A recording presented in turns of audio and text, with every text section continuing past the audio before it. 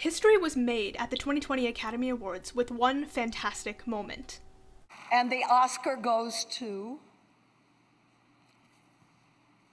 Parasite. Parasite not only won Best Original Screenplay, Best International Feature Film, and Best Director, but it also took home Best Picture, making it the first international non-English language film to ever win the award in the history of the Oscars. Pretty amazing if I do say so myself. Though this was not the first time the opportunity for such a historic moment arose. In 2018, Mexican film Roma was released on Netflix. The movie was a semi-autobiographical story of director Alfonso Cuarón and followed the life of a domestic worker in the Colonia Roma sector of Mexico City. The movie was met with widespread critical acclaim. It was nominated for 10 Academy Awards, including Best Picture. At the 91st Academy Awards, Roma was doing very well. It won Best Cinematography, Best International Feature Film, and Best Director, and it was looking like the popular vote for Best Picture as well, which was huge. The opportunity for a non-English language film to win Best Picture had never looked more in reach. This was it. It was going to happen. And the Oscar goes to Green Book. But then it didn't. People were upset at this, and rightfully so. Roma was widely seen as the best film of the year, definitely the best out of the Best Picture noms, and yet instead of giving the award to a beautiful, intimate look at domestic life in Mexico, the Academy gave it to a vapid, borderline white savior story in which Hollywood tries once again to convince us racism can be solved with a snap of a finger. This was doubly egregious because 2019 was also the year that both Black Panther and BlacKkKlansman were nominated for Best Picture, both of which were much better movies for the Black community in America. That, in and of itself, is a whole other problem, but I digress. The point I'm trying to make right now is that instead of giving Best Picture to a Mexican Spanish language film that really deserved it, the Academy gave it to a mediocre American film that really didn't. Fast forward a year later, and I was pretty sure the same thing was going to happen to Parasite. Most people agreed that Parasite was the film that deserved it, and yet I was worried that Roma had set a precedent for this sort of thing and that Parasite would not win. So I was beyond thrilled, as I'm sure most people were, when Jane Fonda said, Parasite. Roma's loss and Parasite's win got me thinking. What happened? What happened in that 1 year that let Roma lose and Parasite win? But most importantly, why are international and non-English language films so hard to get into the Oscars, and even harder to get to Best Picture? Welcome to a 3-part series in which I explore international, non-English language films at the Oscars. This video, part 1, will take a look at the category Best International Feature Film and the good and not-so-good lore surrounding it. Part 2 will focus on the uphill battle international films face in order to even have a chance to be considered for Best Picture, and Part 3 will explore the future of non-English language films at the Academy Awards. A lot of the information I'm using for this video came from this Vox article. It's very good, very comprehensive, and I definitely won't be able to fit every bit of information here, so I highly recommend reading the article after this video. It'll be linked down below. I'll also leave links to my other sources if you want to learn even more, and there will also be a list of all the films I mentioned in this video if you want to go check them out. Without further ado, let's delve into the home of non-English language films at the Oscars, the category Best International Feature Film.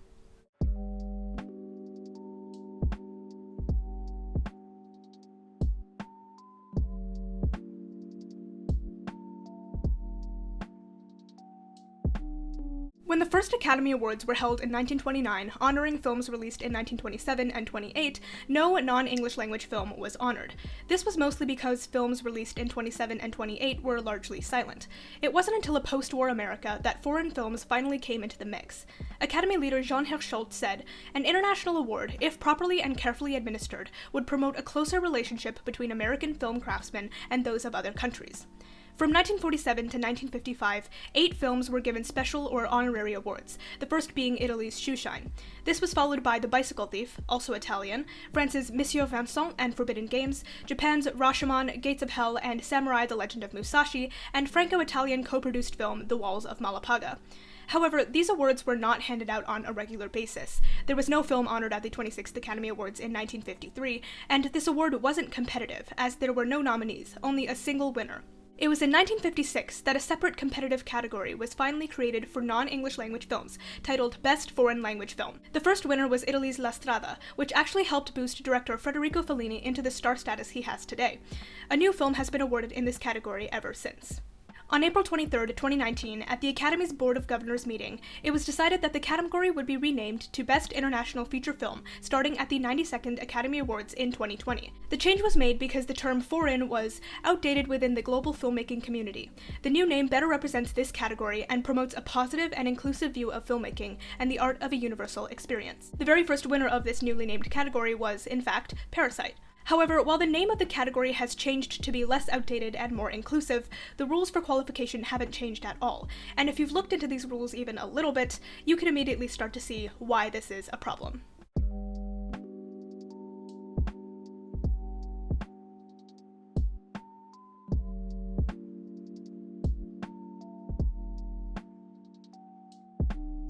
If you've been on the planet for any amount of time, you know there's a lot of countries in the world. According to my huge all-knowing brain and also Google, there are 195 countries across the world.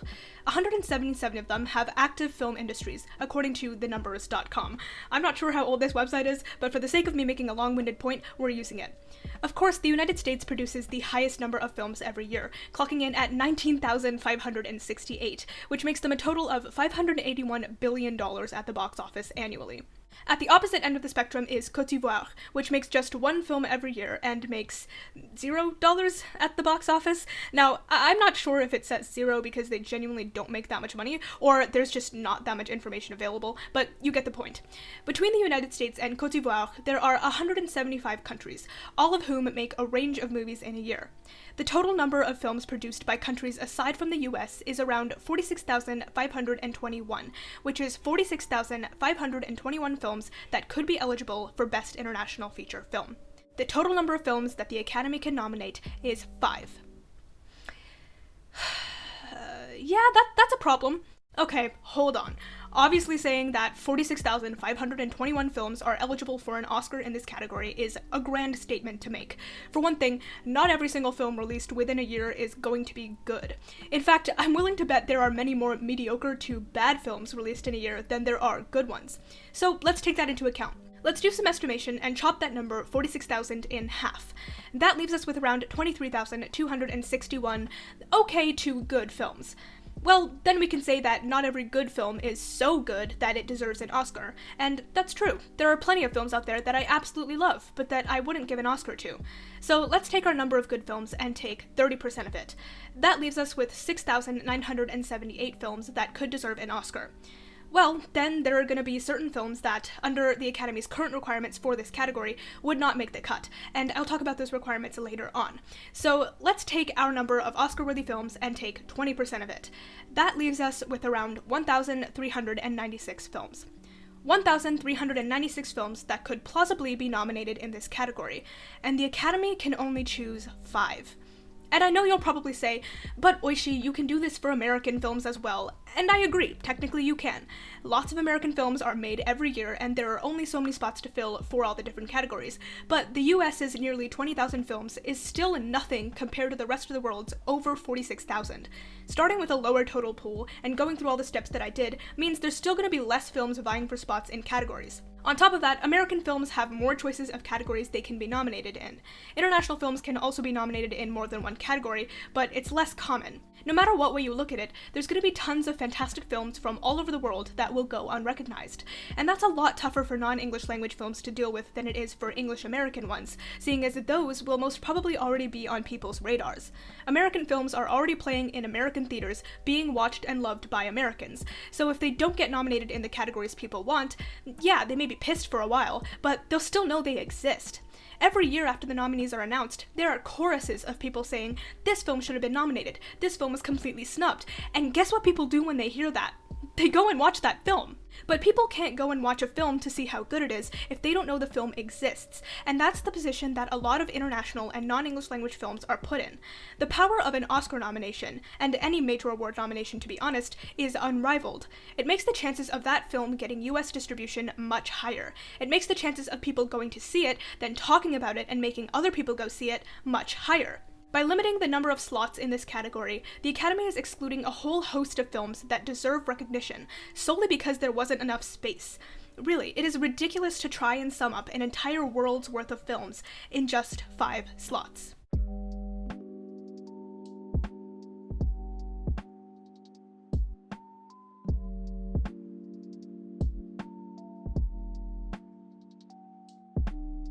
The Cannes Film Festival is among one of the most prestigious international film festivals, showcasing dozens of fantastic films and being attended by thousands of people from across the world annually.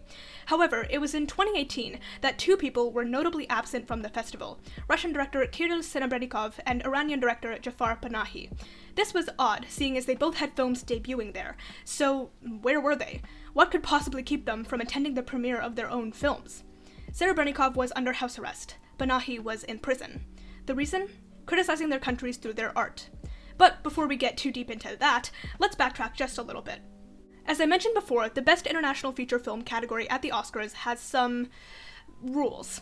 To qualify for the category, a film must have played in a commercial theater for at least a week in its home country. The dialogue must be predominantly in a language other than English, and the creative control of the film must have been largely in the hands of residents of the home country. Each country may select just one film every year to be put forth to the Academy for nomination, the process of selection being overseen by a special committee put together by the home country. After that, a Phase 1 committee of Academy members watch and vote on films by secret ballot, narrowing the pool to a short list of 10 films, 7 top movies, and 3 additional ones selected by the Academy's International Feature Film Award Executive Committee. After that, a Phase 2 committee watches and votes on the 10-film shortlist to narrow it to 5 official nominees. And lastly, only Academy members who have seen all 5 nominated films vote on one winner. Simple enough, right? But the first problem with this process is the very first step, the selection of which films will be put forth for consideration by each country. The Academy states that each country's selection must be made by, quote, one approved organization, jury, or committee that should include artists and/or craftsmen from the field of motion pictures, end quote. This selection jury is submitted to the Academy months in advance, but that's where the Academy's control ends. This wouldn't be much of a problem if the world was always a fine and dandy place to live in, but alas it's not. So while some countries are very public about who is on their selection committee and which films are being considered, in other countries this is top secret information, and if this is the case, it's usually for one key reason. There are countries where movies are explicitly politicized, where there's a politics of censorship in place, where filmmakers are literally imprisoned or under house arrest, or literally banned from filmmaking because of their political positions. From our privileged places, having our country have complete control over the film scene isn't such a big deal, but for filmmakers from other countries, this can be disastrous. Serebrennikov's critical views on Putin, LGBTQ laws, and Russia's annexation of Crimea earned him a criminal charge of embezzlement with plans to harm the state. Panahi's films got him, his family, and his friends arrested and charged with creating propaganda against the Iranian government in 2010. He was sentenced to 6 years in jail and forbidden from filmmaking, giving interviews, writing screenplays, and leaving the country for 20 years, which means he couldn't even go to Cannes if he wanted to. Thankfully, Panahi is a badass, so he continued making films in secret, having them smuggled out of the country so they could be shown at various festivals like Cannes and Berlin. But even with them finding ways to make and show their films, they are far from being considered for awards. In some cases, filmmakers may be able to win nominations by doing some serious work. In 2015, Russian producer Alexander Rodnyansky set out on a mission to find out each and every member of the Russian Selection Committee, information on which was kept private. Eventually, he found them all, a total of 29 people, and personally ensured they watched his Putin-critical film Leviathan. The work paid off, as the committee put forth Leviathan to the Academy as their official selection, and it went on to become one of the 5 official nominees for that year. While this was definitely a win, the sheer amount of effort that went into making it happen is unbelievable, and realistically, how many people would have the time, energy, and resources to do that? Not many. Serebrennikov and Panahi certainly couldn't, and even if they could, the state of selection in Russia is not the same as it is in other restrictive countries. In China, you're not going to make it past the bar unless you please a body of people who are unnamed and unknown, but who we can assume would like filmmakers to toe a line. This is clearly true, as Chinese filmmakers Ai Weiwei and Deng Chuanbin were placed under house arrest because their films were seen as threats to the state. In fact, China retains absolute control over their filmmakers. Their independent film festival was shut down because it was too difficult to operate under the political climate that condemns topics like political history and homosexuality, themes that are heavily touched on by festival films.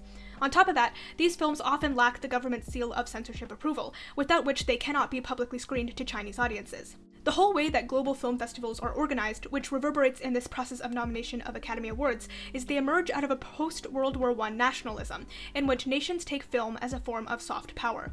In fact, China's official Oscars entries in recent years have been getting more and more nationalistic. All these cases have one commonality: the forceful silencing of filmmakers who rub the governments of their home countries the wrong way. Though they and their work are celebrated by the rest of the world at film festivals, their own home countries try their best to squash their art.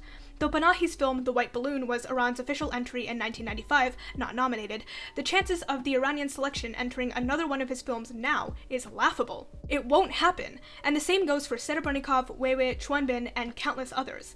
Unless they make a film submissive enough for their governments, these filmmakers will never be nominated for a statue. Films that get nominated by such countries are ones that inevitably will do the bidding of the government. They will completely exclude politically dissident filmmakers, who are often really excellent filmmakers, from ever being considered for an Oscar. And this is really, really sad. As I mentioned before, there's so much great art out there that we in the West don't have ready, easy access to, and one way for us to get that access is through an Oscar nomination. But on top of that, there are tons of filmmakers whose art is beautiful, special, and important. These filmmakers and their films deserved to be recognized, to be awarded for their great art, and that can't happen if their home countries control that aspect of the industry and will do anything to silence them. There are great films, not merely dissident films, but also aesthetically really accomplished films that will never be nominated. The Oscars are barring themselves from considering some of the best filmmakers in the world, simply because they are putting their decisions in the hands of causes like governmental organizations. So while some countries are genuinely trying to find the best film of the year to submit to the Academy regardless of subject matter, we cannot ignore the large number of countries who weed out great films and restrict their creators. The Academy is supposed to recognize excellence in film, but they can't do that if they're not even seeing some of the best the world has to offer.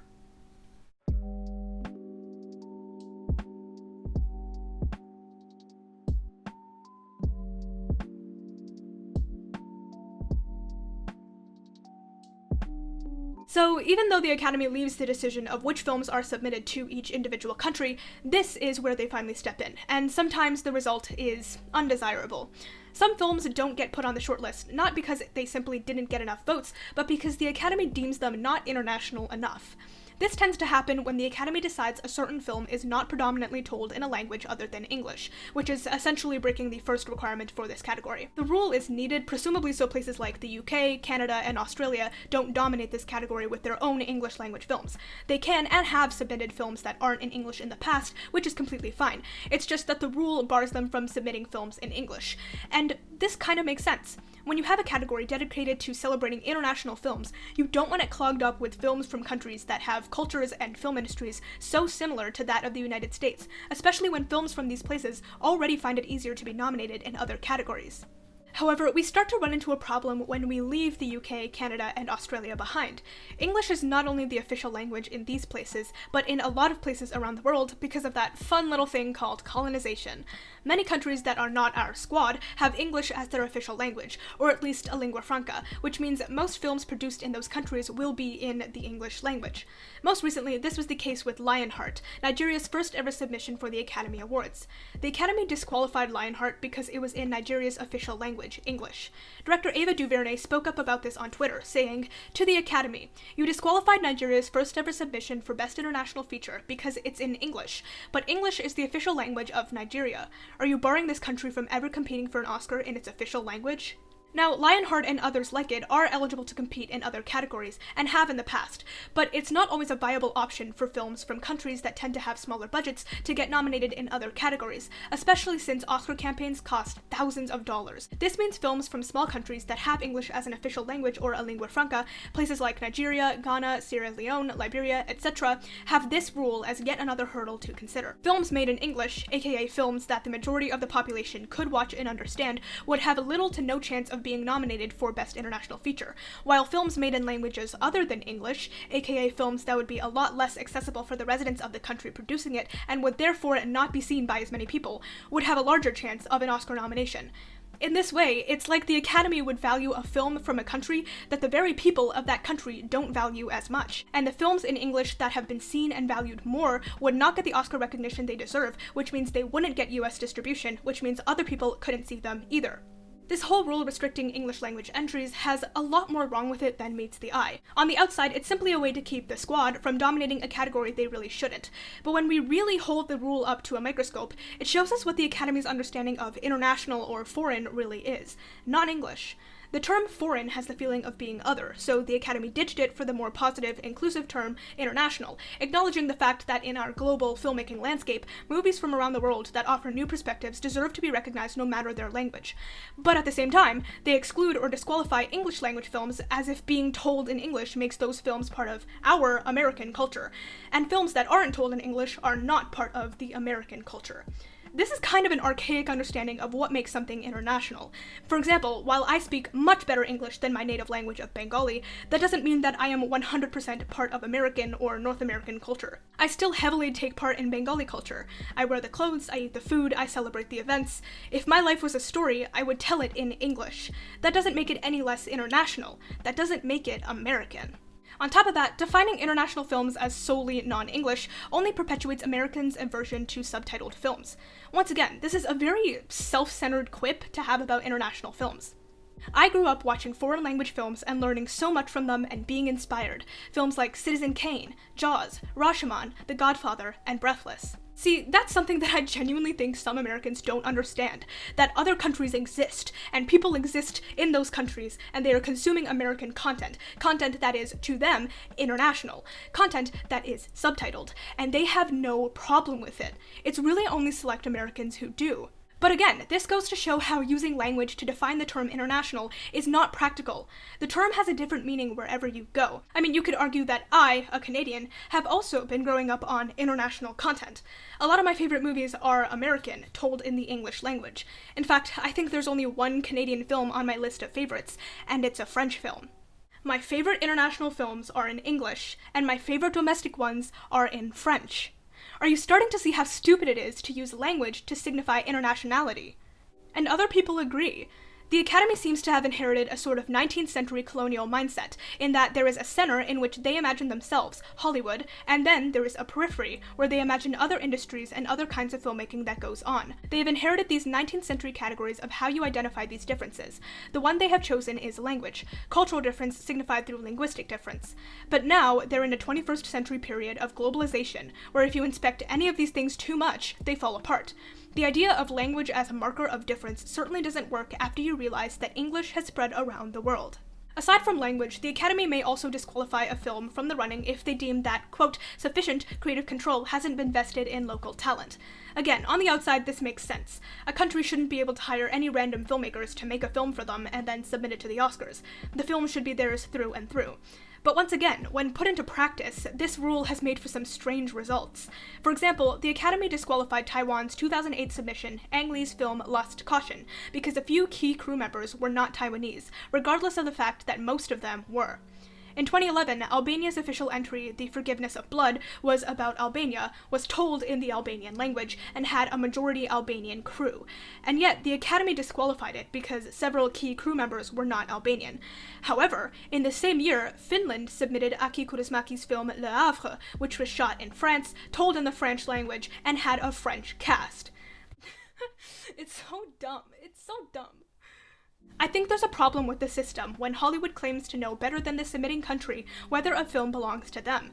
It is incredibly disempowering and disenchanting for a country with a young film industry. I think that hits the nail right on the head. Countries know what movies tell their stories. They know which stories they value, whether they be told in English or otherwise, whether they be made completely by local talent or otherwise. The Academy stepping in to say, well, actually, this film isn't your story and therefore will not get our award, is frustrating at best and insulting at worst.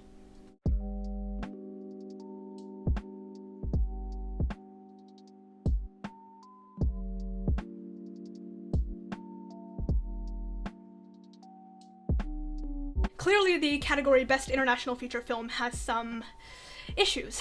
A lot of it is long-standing and has been limiting this category from being the absolute best it could be, but that doesn't mean we can't fix it. So, how exactly do we go about doing that? Well, for one thing, the Academy could leave several slots for one country to submit films. There are often times that one country will produce a number of beautiful films in the same year, and will then be forced to make the difficult decision of which one to put forth to the Academy and which one to leave behind in the dust. This was the case just last year with France. Their official submission was Les Misérables, but Portrait of a Lady on Fire was also critically acclaimed and deserved to be recognized. So letting more films be submitted and letting more films end up on the shortlist is a step in the right direction in getting this number down. We could also forget about making individual countries submit a film altogether, and instead have a committee within the Academy select them, sort of in the way that Best Documentary Feature is chosen. The documentary committee pays attention to the world of documentaries, and makes the choice themselves, so there really isn't any reason why the same couldn't be done for international. Clearly, judging by the length of this video, and the fact that there will be 2 more after this, there are people out there who care immensely about international films, who would treat the category with the same care that those on the Documentary Feature Committee treat documentaries. This way, politically dissonant filmmakers could actually have a shot of winning one of these things. As for the English language rule, admittedly, this one is a bit harder. If you get rid of the rule altogether, there will be nothing stopping the squad from entering their English language films into the category, and the Academy will have no fair grounds to disqualify them. Maybe they would refrain from clogging up this category out of respect for what it's really for, but we never know. Getting rid of this rule altogether is a risky move, but keeping it is an unfair one. Countries like Nigeria should be allowed to enter their films. So then, maybe get rid of the rule except for the squad? I don't know what would be the best way to do this, and you know what? I don't have to, because I'm not part of the Academy. It's not my job to figure this out. It's the Academy's. And I really do hope they figure it out. Not just for this one thing, but also for all of it. It's already difficult enough for international films to be seen on a level akin to that of the Oscars. We don't need to make it more difficult. And yet, it is. It is more difficult, because we've only just scratched the surface of the adversity that international films face at the Oscars. At least Best International Feature Film is a category curated specifically for them. But how difficult is it to be nominated for other categories? How difficult is it for international films to be nominated for the big boy, Best Picture? I guess you'll just have to stay tuned to find out.